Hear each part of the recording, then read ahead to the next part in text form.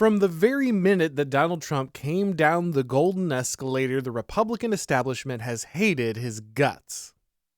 In the 2016 primary, the brash New York billionaire was treated by mainstream GOP leaders and commentators as a joke responsible for degrading the political process. As the real estate tycoon gained momentum, establishment figures had two choices: declare yourself never Trump or pretend to have seen the light.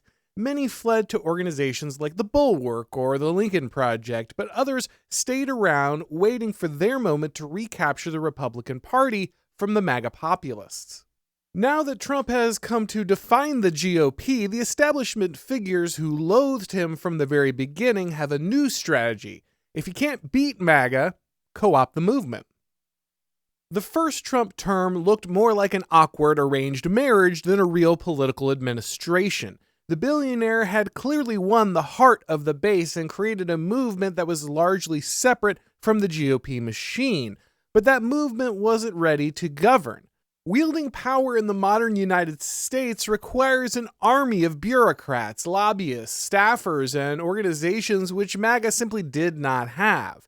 To pass legislation and operate the executive branch, Trump relied on a number of individuals drawn from the GOP establishment, many of whom hated the president and his populist agenda.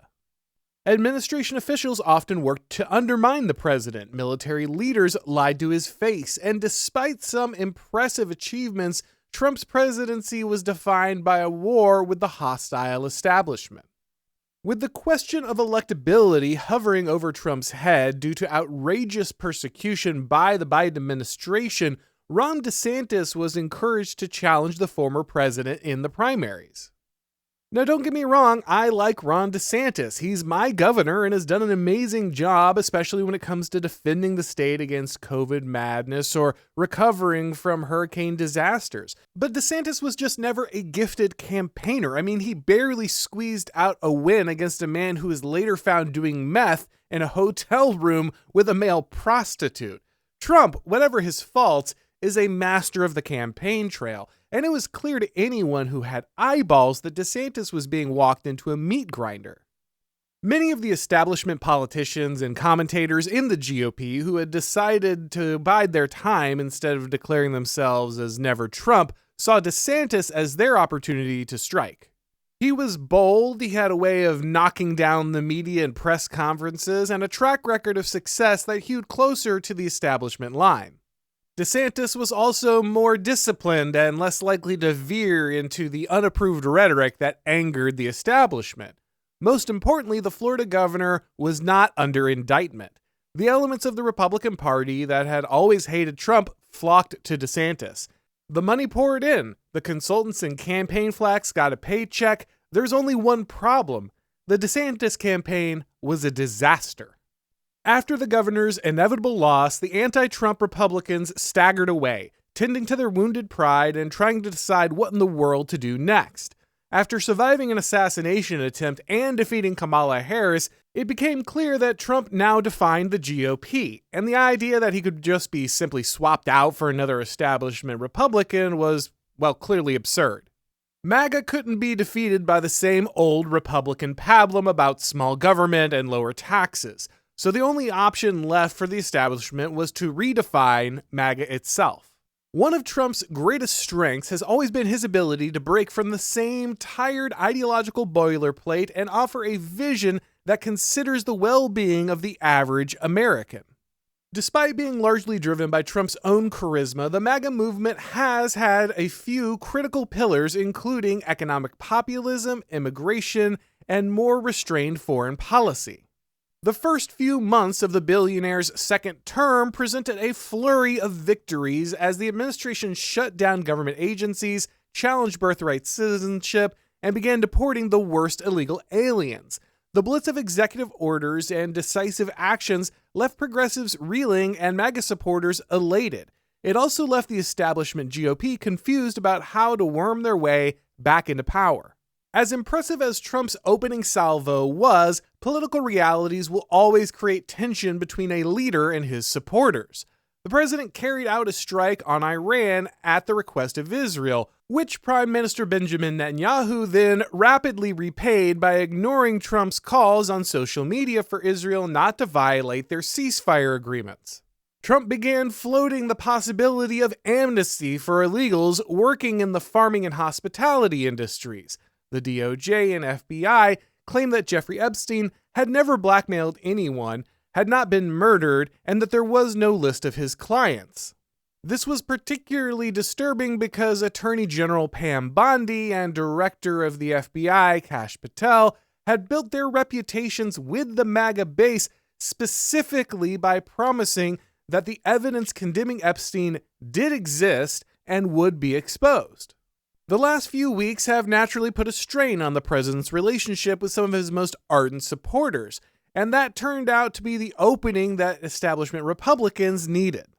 A new form of Trump supporters suddenly appeared on the scene to redefine what MAGA means. This Neo-MAGA contingent is made up almost entirely of people who never liked Trump and were dedicated DeSantis supporters. Many worked directly for the governor. Despite their previous defection, these pundits and political operators now characterize themselves as the president's most loyal supporters. The Neo-MAGA contingent spent all of their time lecturing Trump supporters about their lack of faith in a politician that they despised just a few months ago. MAGA never meant stepping back from an unnecessary foreign conflict, it meant regime change in Iran.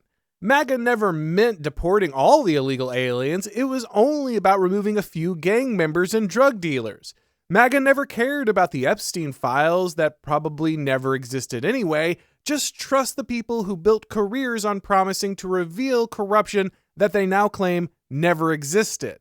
And the whole just trust the staff the president appointed line is particularly hilarious, as most of the Neo-MAGA influencers and politicians were viciously attacking the president's appointment of Steve Witkoff as one of his chief negotiators because he was not seen as sufficiently pro-Israel.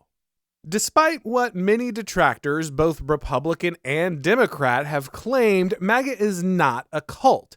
They're loyal to Trump as a leader, but do not hesitate to speak out if they believe that one of the core pillars of the movement is being threatened. Those who despised Trump from the outset and dropped him for DeSantis now see a way to insinuate themselves back into the administration. By using the current friction between the administration and Trump's loyal base, the Neo-MAGA crowd is looking to redefine the movement back to the centrist GOP slop that they've been selling for years while painting themselves as the true believers. Whatever disagreements existed between Trump and MAGA, both parties should be wary of those looking to use the current friction to undermine what gained the president such a loyal following in the first place.